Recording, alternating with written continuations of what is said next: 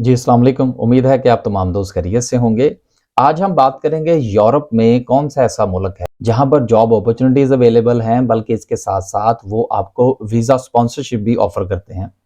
देखिए, जिस वक़्त आप मुल्क से बाहर जाना चाहते हैं, तो आपने जब भी किसी भी मुल्क के अंदर जॉब के लिए देखना है, तो आपने इस चीज़ का ख़्याल रखना है कि वो जॉब प्रोवाइडर जो है, वो आपको वीज़ा स्पॉन्सरशिप भी ऑफर कर रहा हो। बहुत सारी वेबसाइट्स, बहुत सारी यूट्यूब की वीडियोस पे आपको ये चीज़ें मिलती हैं। देखें जी, वो फलां नौकरियां हैं जी, वो फलां जॉब्स हैं जी, यूके के अंदर, यूरोप के अंदर हज़ारों नौकरियां। हज़ारों क्या यार, मैं तो मेरा ख्याल है कि शायद लाखों भी जो है वो आपको दिखा सकता हूं जो अवेलेबल हैं। लेकिन मसला इस चीज़ का है, वो आपके किस काम की? आपके काम की वही जॉब है जिस पर आप अप्लाई करते हैं, वो जॉब आपको मिलती है और देन वो आपको वीज़ा स्पॉन्सरशिप ऑफर करते हैं। आज हम बात करेंगे यूरोप के एक ऐसे मुल्क की जिसका नाम नीदरलैंड है, कि जहां पर job opportunities as compare to whole Europe ज्यादा हैं। उसकी वजह क्या है? देखिए, पूरे यूरोप के अंदर ही अगर आप आबादी का तनासुब देखें, तो हर गुजरते हुए दिन के साथ वहां की जो पॉपुलेशन ग्रोथ है वो कम हो रही है। और सबसे बड़ी वजह जो है वो वहां के लोगों का की जो ज्यादा आबादी है उसका बुढ़ापे की तरफ जाना है। तो जब रिटायरमेंट की तरफ लोग ज्यादा जा रहे हों और जो नए लोग उनके पास जिनकी उनको जरूरत है मुल्क चलाने के लिए, जब उनकी तादाद में एक तवातर के साथ कमी हो रही हो, तो वहां पर एक वैक्यूम जनरेट हो जाता है, वहां पर एक स्पेस जनरेट होती है जिसको फिल करने के लिए वहां का जो एम्प्लॉयर है वो ओवरसीज वर्कर को हायर करते हैं। अब यहाँ पर सवाल ये पैदा होता है कि इस वक्त वहां पर जो स्किल डिमांड है वो कौन सी है, इसको आपने जरूर मद्देनजर रखना है। ऐसा नहीं है कि मेरी वीडियो देखी और फिर आप जो है वो भाग निकलें और आपको जो है वो ना तो स्किल सेट का पता हो, ना आपको क्वालिफिकेशन के हवाले से कोई इन्फॉर्मेशन हो, ना आपको ये पता हो कि वहां पर डिमांड जो है वो किन शोबों के अंदर है। तो फिर आप इस तरह से जो है वो क्या कहते हैं जी, टकरे मारते रहेंगे, कोशिश करते रहेंगे, वक्त जाया होगा लेकिन समझ नहीं लगेगी और आपके मंथ्स एंड मंथ्स इस प्रोसेस में गुजर जाएंगे, देन आपके हाथ कुछ नहीं आएगा।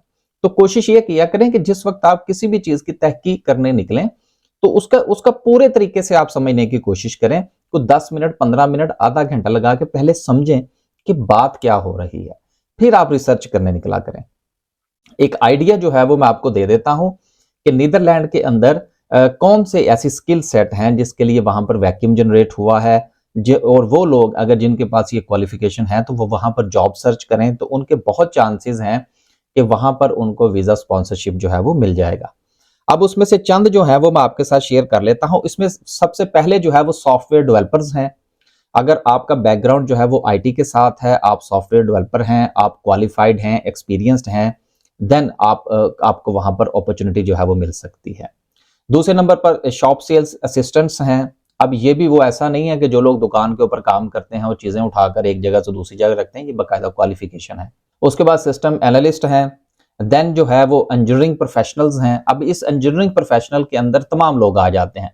इसमें केमिकल इंजीनियरिंग आ जाती है, इलेक्ट्रिकल आ जाती है, इसके अलावा जितनी भी इकसाम की सिविल इंजीनियरिंग है। तो तमाम इंजीनियरिंग बैकग्राउंड के लोग जो हैं वो जॉब सर्च कर सकते हैं नीदरलैंड के अंदर। इसके अलावा अकाउंटेंट्स हैं जिनका बैकग्राउंड जो है वो अकाउंटिंग का है, जिनके पास क्वालिफिकेशन है, जिनके पास एक्सपीरियंस है, वो उनके लिए नीदरलैंड के अंदर अपॉर्चुनिटीज जो है वो जनरेट हो सकती हैं।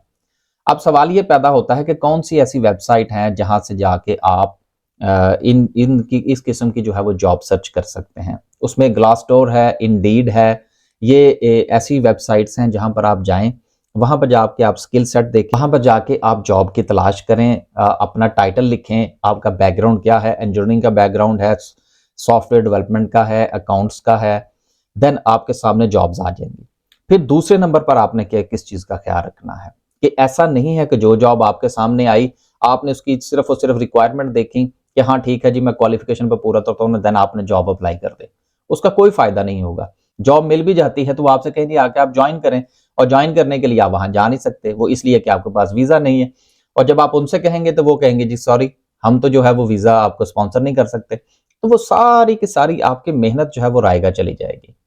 आपने जॉब सर्च की, जॉब आपको सामने नजर आई, जिस जॉब पर आप अप्लाई करना चाहते हैं, उस जॉब की जो पूरी की पूरी डिस्क्रिप्शन होती है वो पढ़ने के लिए होती है। वो जरूर पढ़ें और पढ़ने के बाद आप उसमें देखें कि क्या वो एम्प्लॉयर जो है वो आपको रीलोकेशन प्लस वीजा स्पॉन्सरशिप जो है वो ऑफर कर रहा है। अगर तो वो वीजा स्पॉन्सरशिप ऑफर करता है देन आपने उस जॉब पर अप्लाई करना है। लेकिन अगर ये चीज आपको वहां पर मिसिंग मिलती है तो आपकी ये सारी की सारी प्रैक्टिस जो है वो रायगा चली जाएगी। ये एक ऐसी अहम चीज है जिसको हम लोग इग्नोर कर देते हैं। बहुत सारे लोग जो है वो यूट्यूब पर बैठकर ये बात कर रहे होते हैं जी आप एम्प्लॉयर को लेटर लिखें, आप उसको ईमेल लिखें और आप उसको ये लिखें जी कि मैं, और उसको कायल करने की कोशिश करें। देखिए ये कायल शायल कुछ नहीं होता। आपने अपनी एक्सपीरियंस और अपने क्वालिफिकेशन की बुनियाद पर आपने अपनी जॉब लेना होती है।